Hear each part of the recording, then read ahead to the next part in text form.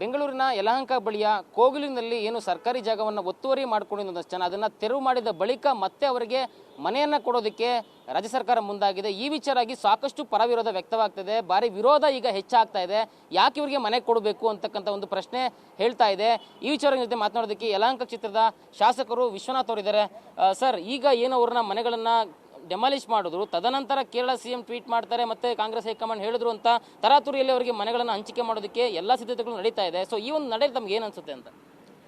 ಈಗ ಅದು ನನ್ನ ಕ್ಷೇತ್ರದ ಬದಿಯಲ್ಲಿರ್ತಕ್ಕಂಥದ್ದು ಶ್ರೀನಿವಾಸಪುರ ಮತ್ತು ಈಗೇನು ಜಾಗವನ್ನು ತೆರವು ಮಾಡಿದ್ದಾರೆ ಅವೆರಡು ಕೂಡ ಬಾರ್ಡರ್ ಇರ್ತಕ್ಕಂಥದ್ದು. ಅದು ಹಿಂದೆ ಕಸ ವಿಲೇವಾರಿ ಇದಕ್ಕೋಸ್ಕರ ಅಲ್ಲಿ ಸುಮಾರು ಜಾಗವನ್ನು ಕಾರ್ಪೊರೇಷನ್ BBMP ಇದ್ದಾಗ ಅದನ್ನು ಸರ್ಕಾರ ವಶಕ್ಕೆ ತಗೊಂಡು ಅದಕ್ಕೆ ಕೊಟ್ಟಿದ್ರು ಕಸ ಹಾಕೋದಕ್ಕೆ ಅಂತೇಳಿ. ಅಲ್ಲಿ ಕಾಯಿಲೆ ಬಯಲಿದ್ದಂಥ ಜಾಗದಲ್ಲಿ ಅಲ್ಲಿನ ನನಗೆ ಗೊತ್ತಿರೋ ಹಾಗೆ ಕೆಲವು ಕಾಂಗ್ರೆಸ್ ಮುಖಂಡರುಗಳೇ, ಅಲ್ಪಸಂಖ್ಯಾತ ಮುಖಂಡರುಗಳೇ ಅಗ್ರಿಮೆಂಟ್ ಮಾಡಿಕೊಟ್ಟು ಅವ್ರು ಎಲ್ಲೋ ಒಂದು ಕಡೆ ಇರ್ತಾರೆ ಸ್ಲಮ್ಮವ್ರು, ಅವನ್ನೆಲ್ಲ ಒಟ್ಟಾಗಿ, ಅವರೇನು ಒಬ್ಬೊಬ್ಬರು ಬಂದವರಲ್ಲ, ಎಲ್ಲೋ ಒಂದು ಕಡೆ ಇರೋಂತಕ್ಕಂಥವ್ರನ್ನ ಎಲ್ಲರನ್ನೂ ಒಟ್ಟಾಗಿ ಇಲ್ಲಿ ಶಿಫ್ಟ್ ಮಾಡಿ ಅವ್ರಿಗೆ ಧೈರ್ಯ ಕೊಟ್ಟು ಮಾಡಿರ್ತಕ್ಕಂಥದ್ದು. ಅಲ್ಲಿರ್ತಕ್ಕಂಥವ್ರು ಕೂಡ ಕಾಂಗ್ರೆಸ್ಸಿನ ಶಾಸಕರು ಮತ್ತು ಪ್ರಭಾವಿ ಮಂತ್ರಿಗಳು, ಕಂದಾಯ ಸಚಿವರು, ಸರ್ಕಾರಿ ಜಾಗವನ್ನು ಉಳಿಸೋ ಜವಾಬ್ದಾರಿ ಇರ್ತಕ್ಕಂಥವ್ರು. ಅವ್ರ ಗಮನಕ್ಕೆ ಬರದೇನೆ ಅದೇನಾಗಿಲ್ಲ, ಅದು ಅವ್ರ ಗಮನಕ್ಕೆ ಬಂದಿದೆ. ಯಾಕಂದರೆ ಇಡೀ ರಾಜ್ಯದಲ್ಲಿ ಎಲ್ಲೇ ಒತ್ತುವರಿ ಆದರೂ ಕೂಡ ತೆರವು ಮಾಡೋವಂಥ ಕೆಲಸ ಮಾಡ್ತಾವ್ರೆ. ನಮ್ಮ ಜಿಲ್ಲಾಧಿಕಾರಿಗಳು ಪ್ರತಿ ಶನಿವಾರ ಒತ್ತುವರಿ ತೆರವು ಮಾಡ್ತಾರೆ.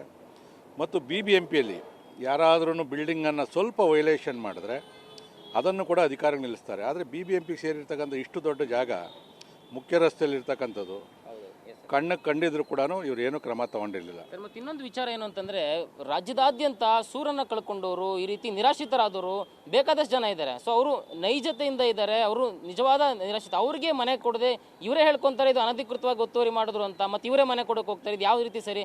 ಮುಂದಕ್ಕೆ ಹಂಗೆ ಸರ್ಕಾರಿ ಜಾಗಕ್ಕೆ ಯಾರೇ ಬಂದು ಮನೆ ಕಟ್ಕೊಂಡ್ರೆ ಮತ್ತೆ ಅದನ್ನು ಬೀಳಿಸಿದಾಗ ಮನೆ ಸಿಗುತ್ತೆ ಅವ್ರಿಗೆ ಅಂತಕ್ಕಂಥದ್ದು. ಈಗ ನಾನು ಅದನ್ನು ಹೇಳೋಕ್ಕೆ ಹೊರಟಿದ್ದು, ಈಗ ಸರ್ಕಾರಿ ಜಾಗದಲ್ಲಿ ಯಾರೋ ಬಂದು ಅತಿಕ್ರಮವನ್ನು ಮಾಡಿ ಮನೆ ಕಟ್ಟಿದ ತಕ್ಷಣ ಅದನ್ನು ಹೊಡಿತಕ್ಕಂಥದ್ದು ಸರ್ಕಾರದ ಕರ್ತವ್ಯ. ಅದು ಯಾರಾಗಿರಲಿ, ಎಷ್ಟೇ ದೊಡ್ಡವರಿರಲಿ.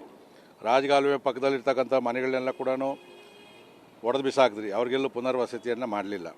ಈ ಥರ ಬೆಂಗಳೂರಲ್ಲಿ ಸಾಕಷ್ಟು ಸರ್ಕಾರಿ ಜಾಗಗಳಲ್ಲಿ ಒತ್ತುವರಿಯನ್ನು ಮಾಡೋ ಗೊತ್ತಿಲ್ಲದೇ 94cc ಹಾಕ್ಕೊಳ್ಳದೆ ಮನೆಗಳನ್ನು ಕಟ್ಟಿರ್ತಕ್ಕಂಥದ್ದು ಕೂಡ ತೆರವು ಮಾಡಿದ್ದೀರಿ. ಅವ್ರಿಗೆ ಯಾರು ಕೂಡ ಎಲ್ಲೂ ಕೂಡ ಮನೆಗಳನ್ನು ಕೊಟ್ಟಿಲ್ಲ ನೀವು.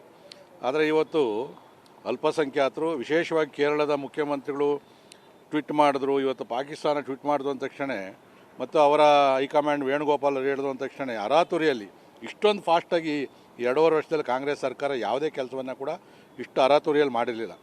ಭಾಳ ವೇಗವಾಗಿ ಮನೆಗಳನ್ನು ಕೊಡ್ತಕ್ಕಂಥ ಕೆಲಸವನ್ನು ಮಾಡವ್ರೆ.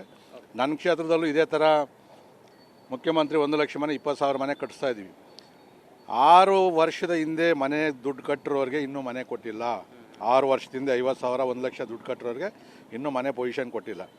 ಆದರೆ ನೀವು ಈಗ ಒಡೆದು 10 ದಿನಕ್ಕೇ ಅವ್ರಿಗೆಲ್ಲ ಕೊಡ್ತೀವಿ ಅಂತಂದರೆ ಪ್ರೊಸೀಜರ್ ಲ್ಯಾಪ್ಸ್ ಆಗ್ತದೆ. ಭಾಳಷ್ಟು ಜನ ಈಗ ಕೋರ್ಟ್ಗೆ ಹೋಗೋದಕ್ಕೂ ಕೂಡ ತಯಾರಿಯನ್ನು ಮಾಡ್ತಾವ್ರೆ. ಒಂದು. ಎರಡನೇದು, ಈಗಾಗಲೇ ಭಾಳಷ್ಟು ಜನ ಅಲ್ಲಿ ಮನೆಗಳನ್ನು ದುಡ್ಡು ಕಟ್ಟಿ ಬೈಯಪ್ಪನಹಳ್ಳಿಯಲ್ಲಿ ಕೂಡ ಅಲಾಟ್ಮೆಂಟ್ ಮಾಡ್ಕೊಂಡವ್ರೆ. ಇನ್ನು ವಾಸಕ್ಕೆ ಹೋಗಬೇಕು. ಏಕಾಏಕಿ ಇವ್ರನ್ನ ತಗೊಂಡೋಗಿ ಯಾರೋ ಬಾಂಗ್ಲಾದೇಶದವರು ಜನಗಳ ತಲೆಗೆ ಬಂದ್ಬಿಟ್ಟೈತೆ, ಬರೀ ಅಲ್ಪಸಂಖ್ಯಾತರು ಬಾಂಗ್ಲಾದೇಶದವರು ಅಂತೇಳಿ. ಅವ್ರು ಹೇಳ್ತಾ ಇರೋದು ಈಗ ಏನು ಅಂದರೆ ನಮ್ಗೆ ದುಡ್ಡು ವಾಪಸ್ ಕೊಡ್ರಿ, ನಾವು ಅಲ್ಲಿ ಇರೋಲ್ಲ, ಇವ್ರು ಬರ್ತಾರೆ ಅಂದರೆ ನಾವು ಖಾಲಿ ಮಾಡ್ತೀವಿ ಅಂತೇಳಿ. ಇವತ್ತು 10.5 ಲಕ್ಷ ರೂಪಾಯಿ ಆಗ್ತದೆ ಜನರಲ್ವರೆಗೆ. ಅಲ್ಪಸಂಖ್ಯಾತರದೆಲ್ಲ ಕೂಡ 10.5 ಲಕ್ಷ ರೂಪಾಯಲ್ಲೇ ಬರಬೇಕು. ಇವತ್ತು BBMPಯಿಂದ 5 ಲಕ್ಷ, ಅಲ್ಪಸಂಖ್ಯಾತ ಇಲಾಖೆಯಿಂದ 2.5 ಲಕ್ಷ ಕೊಟ್ಟು, ಬರೀ 2.5 ಲಕ್ಷ ಕೊಟ್ಟು ನೀವು ಮನೆ ಕೊಟ್ಟರೆ, ಹಂಗಾರೆ ಮುಖ್ಯಮಂತ್ರಿಗಳು 1 ಲಕ್ಷ ಮನೆಯೂ ಕೂಡ ಬರೀ 2.5 ಲಕ್ಷ ಮಾಡಬೇಕಾಗ್ತದೆ. ಜನ ಬಿಡ್ತಾರೆ. ಈಗ ಯಾರು ದುಡ್ಡು ಕಟ್ಟಲ್ಲ. ಇದು ಭಾಳ ದೊಡ್ಡ ಒಂದು ಅವಾಂತರಕ್ಕೆ ಸಿಗಾಕೊಂಡಿದೆ ಈ ಸರ್ಕಾರ. ಸರ್, ಮತ್ತು ಇನ್ನೊಂದು, ಎಷ್ಟೇ ವಿರೋಧ ಮಾಡಿದ್ರು ಕೂಡ ಸರ್ಕಾರ ಈ ಒಂದು ನಿರ್ಧಾರದಿಂದ ಹಿಂದೆ ಸರಿತಾ ಇಲ್ಲ. ಮನೆಗಳನ್ನು ಕೊಟ್ಟೇ ಬಿಡ್ತೀರಿ ಅಂತಕ್ಕಂಥ ಎಲ್ಲ ಸಿದ್ಧತೆಗಳು ಮಾಡ್ಕೊಂಡ್ಬಿಟ್ಟಿದ್ದಾರೆ. ಸೊ ಕೊಟ್ಟೇ ಬಿಟ್ಟರೆ ಮತ್ತೆ ಏನಿರುತ್ತೆ ಮುಂದೆ BJP ನಡೆ ಏನಿರುತ್ತೆ, ಅದನ್ನು ತಡೆಯೋ ನಿಟ್ಟಿನಲ್ಲಿ ಯಾವ ರೀತಿ ಕೆಲಸಗಳಾಗುತ್ತೆ ಅಂತ? ಈಗ ಒಂದು, ನಾವು ಮ್ಯಾಕ್ಸಿಮಮ್ ಏನು ಮಾಡ್ಬೋದು, ಗವರ್ನರ್ ಅವ್ರ ಗಮನಕ್ಕೆ ತರ್ಬೋದು. ಸರ್ಕಾರದ ವಿರುದ್ಧವಾಗಿ ನಮ್ಮ ಎಲ್ಲ ಮುಖಂಡರು ಕೂಡ ಹೋರಾಟವನ್ನು ಮಾಡ್ತಾವ್ರೆ, ಸ್ಟೇಟ್ಮೆಂಟ್ ಕೊಡ್ತಾವ್ರೆ.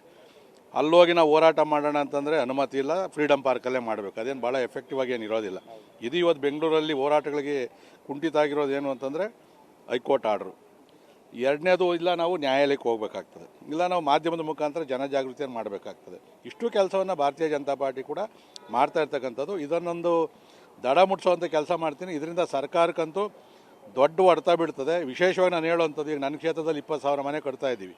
ನಾನು ಜನಗಳಿಗೆ ಹೇಳಿ ದುಡ್ಡು ಕಟ್ರಪ್ಪ 10 ಲಕ್ಷ ಅಂತ ಹೇಳ್ತಾರೆ. ಈಗ ನಾನೇ ಕೇಳೋಕೆ ಹೋಗಲಿ, ಅವ್ರು 2.5 ಕೊಟ್ಟರೆ ನೀವು ಅಷ್ಟೇ ಕೊಡ್ರಿ ಅಂತ ಹೇಳ್ತೀವಿ. ಮತ್ತು ಮನೆ ಖಾಲಿ ಮಾಡ್ಸೋಕ್ಕಾಗ್ತದೆ ಇವ್ರ ಕೈಯಲ್ಲಿ?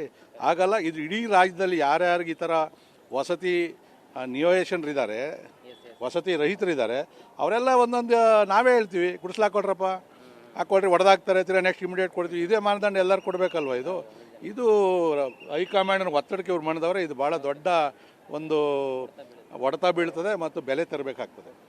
ಒಟ್ಟಾರೆ ಏನು ರಾಜ್ಯ ಸರ್ಕಾರ ಅಲ್ಪಸಂಖ್ಯಾತರ ಓಲೈಕೆಗಾಗಿ ಈ ಒಂದು ನಿರ್ಧಾರವನ್ನು ಕೈಗೊಂಡಿದ್ದೀರಿ, ದೊಡ್ಡ ಹೊಡೆತವನ್ನು ಸರ್ಕಾರ ಅನುಭವಿಸುತ್ತೆ ಅಂತಕ್ಕಂಥ ಮಾತನ್ನು ಯಲಹಂಕ ಕ್ಷೇತ್ರದ ಶಾಸಕರು ವಿಶ್ವನಾಥ್ ಹೇಳ್ತಾ ಇರ್ತದ್ದು.